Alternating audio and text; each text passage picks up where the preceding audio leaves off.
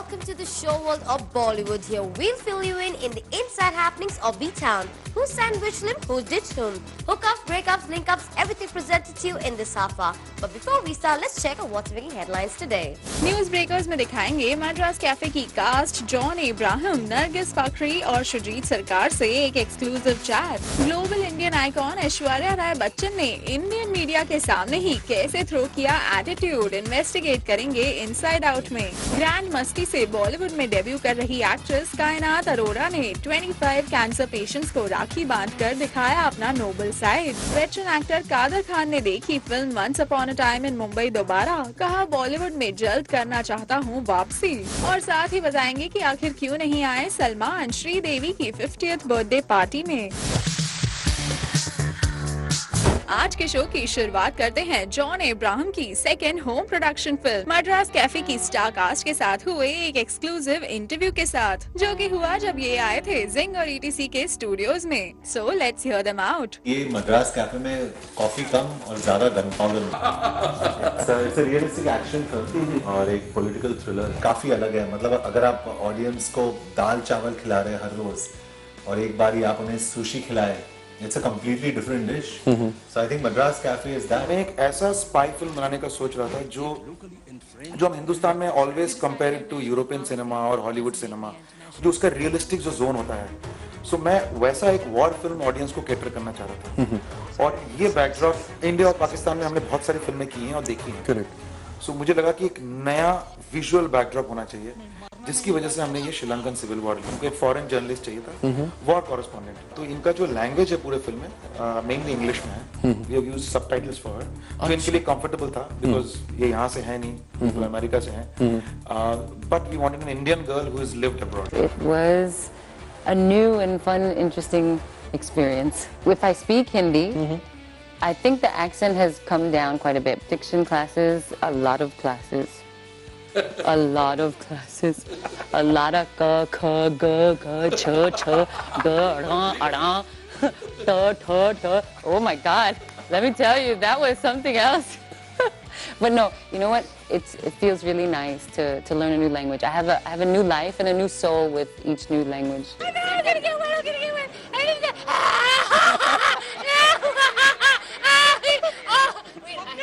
Okay.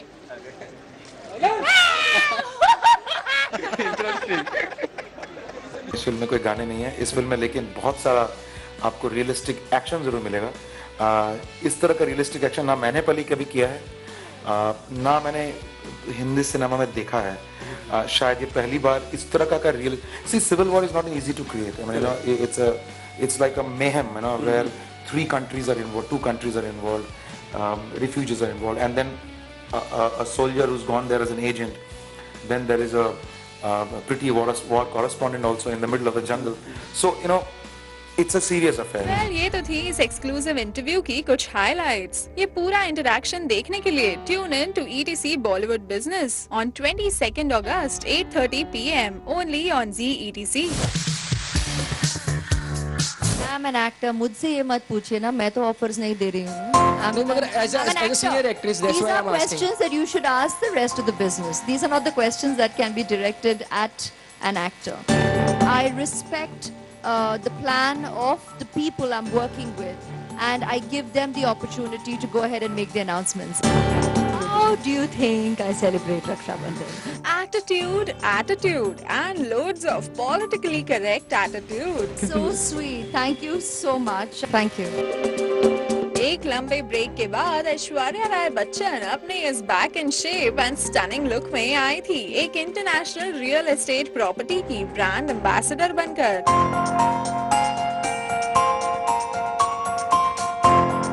और इस international association के अनाउंसमेंट के लिए आई ऐश इस इवेंट की शुरुआत से ही seemed to be flying high on her global icon attitude. It gives me absolute pride in this new association.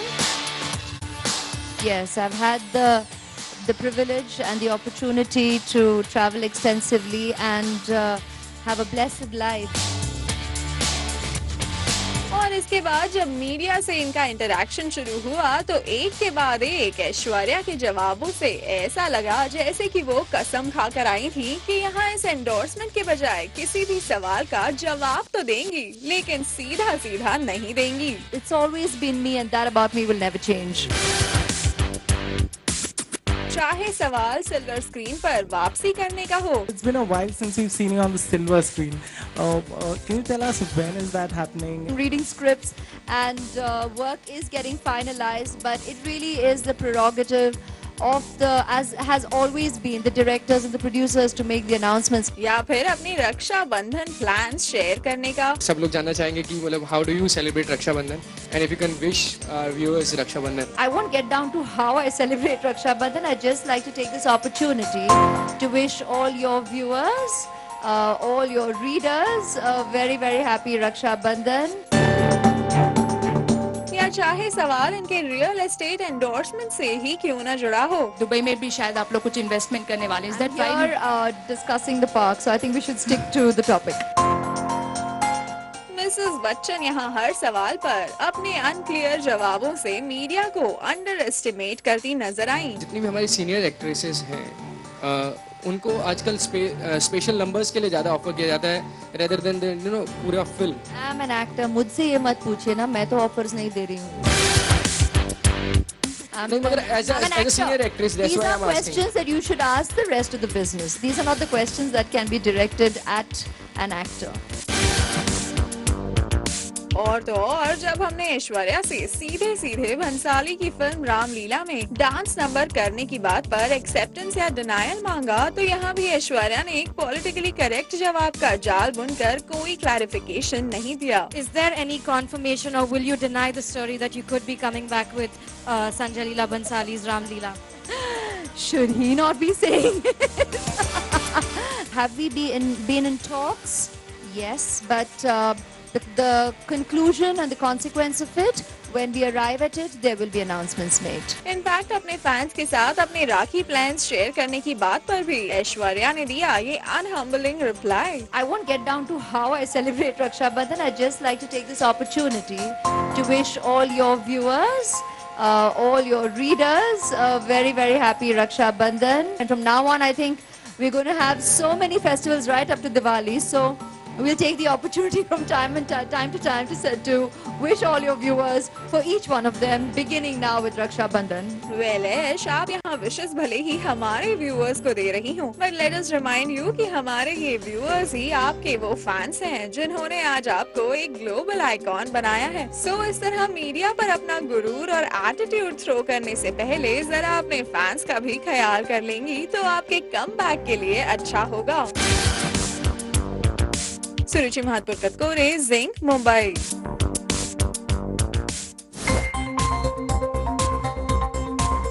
ये है फिल्म ग्रैंड मस्ती से विवेक ओबरॉय के अपोजिट अपना एक्टिंग डेब्यू कर रही कायनात अरोड़ा, जिन्होंने इस साल राखी मनाई with a noble thought. Film में विवेक ओबरॉय के साथ काम कर रही हूँ ग्रैंड मस्ती में, तो मुझे बहुत अच्छा लगा सुन के कि वो इसके एम्बेसडर हैं, तो क्यों ना कुछ मैं भी अच्छा करके दिखाऊं, क्यों ना मैं भी कुछ राखी के मौके पे अपने इन सभी भाइयों को आकर राखी बांधूं। जी हाँ, कायनात ने पूरे 25 कैंसर पेशेंट्स को राखी बांधकर उनके लिए ये राखी स्पेशल बना दी। रक्षा बंधन में बहन भाई को आशीर्वाद देती है कि मेरे भाई की लंबी आयु हो, वो लंबा जिए। और मुझे लगता है ये जो मेरे 25 भाई आज कैंसर से जो जूझ रहे हैं, उनको जो मैंने राखी बांधी है, काश इस बहन का आशीर्वाद लग जाए और वो इस चीज से बिल्कुल हील होकर एकदम आगे निकल जाएं। और जब यहाँ कायनात से पूछा गया कि बॉलीवुड के किस एक्टर जैसा भाई चाहती हैं कायनात, तो इन्होंने ले लिया शाहरुख खान का नाम। मैं आशा करती हूँ कि मेरे अगले जन्म में शाहरुख खान जैसे भाई मिले मुझे, क्योंकि जितनी वो रिस्पेक्ट लेडीज की करते हैं, बचपन से मैं शाहरुख खान को बहुत एडमायर करती आई हूँ। लेकिन साथ ही शाहरुख को भाई मानने की बात पर कायनात हो गई थोड़ी सेल्फिश। इस जन्म में तो नहीं, क्योंकि मैं उनके साथ फिल्म करना चाहती हूँ, और अगर इस जन्म में भाई बनाऊंगी तो फिल्म तो कर नहीं पाऊंगी, तो थोड़ा सा I am little selfish right now. You understanding what I'm saying? Well, now that reiterates the fact that कायनात अपना डेब्यू कर रही हैं ग्रैंड मस्ती जैसी मस्ती भरी फिल्म के साथ। और उस फिल्म के बारे में दिस इज व्हाट कायनात हैड टू से। ग्रैंड मस्ती है, टाइटल से पता चलेगा आपको कि ग्रैंड मस्ती है, तो मतलब ग्रैंडर होगा, वाइडर होगा, लाफ्टर होगा, ह्यूजर होगा, सब कुछ लार्जर देन लाइफ होगा। और हमने प्योर एंटरटेनमेंट बनाया है लोगों को हंसाने के लिए। थोड़े से आपके हैप्पी हार्मोन्स बाहर निकले, थोड़ा सा ब्लड सर्कुलेशन अच्छा हो, थोड़ा सा खुशी का माहौल हो, तो हमने ऐसे ही हंसी मजाक की फिल्म बनाई है। और ये लड़कों के लिए तो 100% परफेक्ट फिल्म है। लड़के तो 100% आप सब लोग देखने जाइएगा, आप सबको बहुत मजा आएगा, but it is purely for adults. Of course, कायनात वैसे फिल्म का कॉमेडी और एडल्ट एंगल तो इस फिल्म के प्रोमोज में नजर आ ही रहा है। हालांकि इस बीच इन कैंसर पेशेंट्स के लिए टाइम निकालने का आपका इनिशिएटिव वाकई काबिले तारीफ था। आपने भी कई बार अपनी कॉमेडी में सटायरिकली कई बात कही है, मगर जो आजकल कॉमेडी बन रही है उसको देख के कैसा लगता है आपको? एक बार मैं आ जाऊंगा तो थोड़ी दिन मुझे दिक्कत करनी पड़ेगी, अपनी फिल्में बनानी पड़ेंगी ताकि मैं कुछ लिखूं और एक्टिंग करूं, और आपको पता चल जाएगा कि कितना सही काम कर रहा हूं और कितना गलत कर रहा हूं। वेटरन एक्टर कादर खान की एज भले ही 77 की हो गई हो, लेकिन बॉलीवुड में काम करने का उनका जोश और जज्बा अभी भी कम नहीं हुआ है। मेरा ख्याल है मुझे एक चंद साल के लिए और आना होगा और थोड़ा सा काम करना होगा। Well, long time no see veteran actor Kader Khan पूरी शिद्दत से बॉलीवुड में वापसी करने के लिए तैयार दिखे। एक बार मैं आ जाऊंगा, इनको बोलूंगा कि प्रोड्यूस करो और मुझे छूट दो ताकि मैं कुछ लिखूं और एक्टिंग करूं। जब हमने उन्हें स्पॉट किया once upon a time in Mumbai Dobaara की एक स्पेशल स्क्रीनिंग पर। मैं थिएटर में बहुत कम आता हूँ, ये पहली बार मैं साथ में आए हैं और फिल्म देखने के लिए once upon a time in Bombay, जो उनके बेटे सरफराज खान ने स्पेशली उनके लिए ही ऑर्गेनाइज की थी।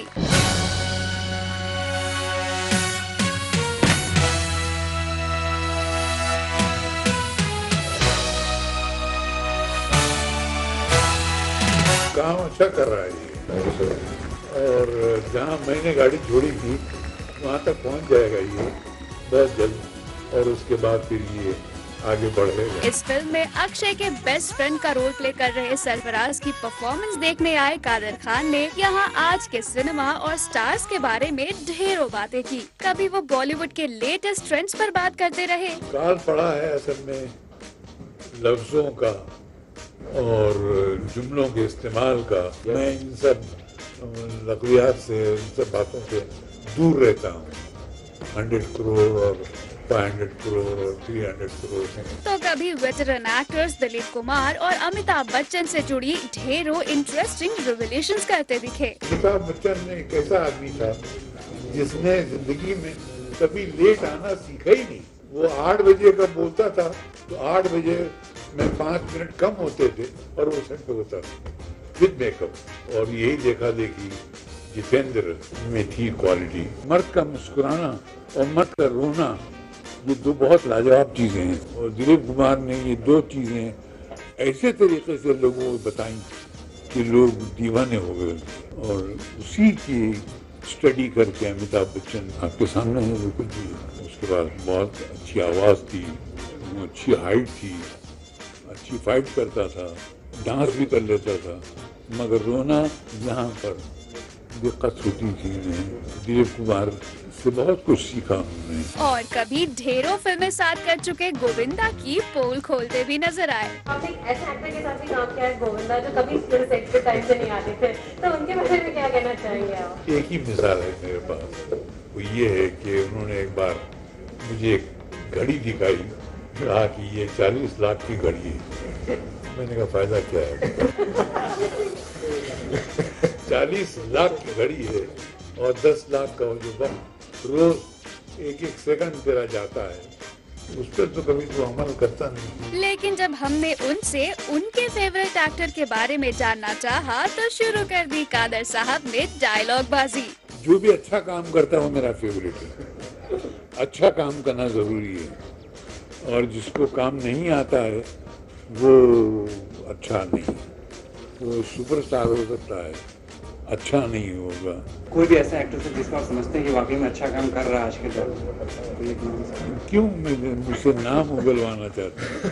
वेल, कादर साहब किसकी बात कर रहे हैं ये तो वही जाने, लेकिन फिल्मों में वापसी के लिए उनके जैसे एक्टर और राइटर का इंतजार तो हमें भी रहेगा। मेरा ख्याल है मुझे एक चंद साल के लिए और आना होगा और थोड़ा सा काम करना होगा ताकि अपने एक इंस्टीट्यूशन बनाऊं, क्योंकि सब एक्टर नहीं बन सकते। अगर सब एक्टर बनेंगे तो राइटर कौन बनेगा, डायरेक्टर कौन बनेगा, स्क्रीन पे राइटर कौन बनेगा। हमने सबको याद किया है, जो पार्टी बना सके वो अपने घर में श्री जी को याद करके पार्टी बना ले। इनविटेशन तो लास्ट वीक श्रीदेवी की बर्थडे पार्टी का बोनी के दोस्त सलमान खान को भी गया था, लेकिन सलमान ने इस पार्टी को मुंबई में होते हुए भी मिस कर दिया। वेल, बोनी कपूर कोई पार्टी रखें या अपनी कोई खुशी सेलिब्रेट करें और सलमान उसमें शामिल ना हो, ऐसा कैसे हो सकता है? लेकिन श्रीदेवी की 50th बर्थडे पार्टी में सलमान ने इनकी खुशी में शामिल होना जरूरी नहीं समझा और सलमान की कमी पूरी की सोहेल और उनकी वाइफ सीमा ने। दिलचस्प बात ये है कि ऐसा सलमान ने किया इस पार्टी के ऑर्गेनाइजर बंटी वालिया की वजह से। जी हाँ, बंटी वालिया जो एक वक्त में सलमान के भी बड़े करीबी दोस्त थे, उनसे ईयर 2011 में मान्यता दत्त की बर्थडे पार्टी में हुए अपने झगड़े के बाद सलमान ने बंटी से हमेशा के लिए दूरियां बना ली और इसी वजह से सलमान इस पार्टी में भी शामिल नहीं हुए। वेल, सलमान का ये एटीट्यूड देखकर साफ पता चलता है कि वो जितनी शिद्दत के साथ अपनी दोस्ती निभाना जानते हैं, उतनी ही शिद्दत से निभाते हैं दुश्मनी भी। That's all it's making news to now. आपको हमारा ये शो कैसा लगता है ये आप हमें बता सकते हैं SMS करके Zing Space Feedback to 57575 और हमें email कर सकते हैं zing@zingnetwork.com. You can now follow us on Twitter. Log on to www.twitter.com/zingtv. That's all for now. You stay tuned with us as we ensure to keep you updated on the latest buzz, top tips and exclusively on Zing.